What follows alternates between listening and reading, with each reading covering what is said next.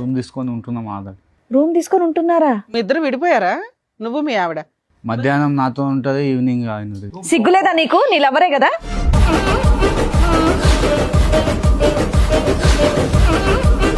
ఆడపిల్లాడా నీ పిల్లాడా తెలియదు. తెలీదా?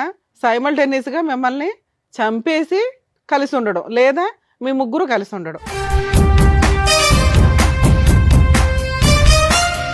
దర్శిని గారి భర్త ఎవరు, లవర్ ఎవరండి? మీరు లవరా? నీ పేరేంటి బాబు? కిరణ్ సార్. ఇతను కిరణ్, అతని పేరు ప్రణయ్. ప్రణయ్. ఏం బాబు, ఈ మహాతల్లి కోసం 7 years నుంచి వెయిట్ చేస్తున్నావా? అవును మేడం. ఏం మనుషులు. ఆ అమ్మాయి ఇష్టం మేడం.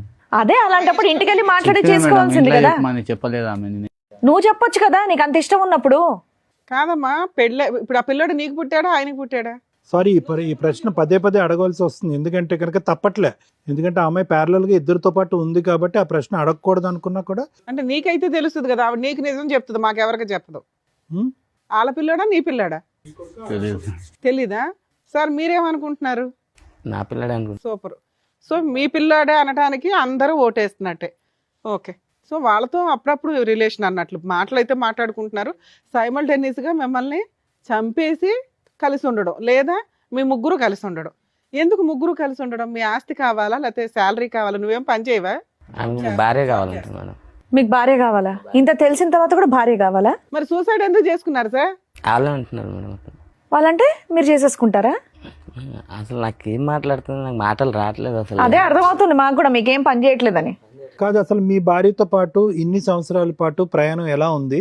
ఈవిడ ఫస్ట్ టైం ఎప్పుడు నాకు ఒక బాయ్ ఫ్రెండ్ ఉన్నాడు, మన అందరం కలిసి ఉందాం అన్నది ఫస్ట్ టైం ఎప్పుడు చెప్పింది? అంటే మేడం, నాకు లవ్ మ్యారేజ్ కాదు కానీ మా భార్య అంటే నాకు చాలా ఇష్టం. అవును, భార్య అంటే నీకు ఇష్టం. కాకపోతే ఆమె ఇలా తప్పు చేస్తాను నేను అనుకోలేదు. దానివల్ల నా మైండ్ అనేది మొత్తం అప్సైడ్ అయిపోయింది.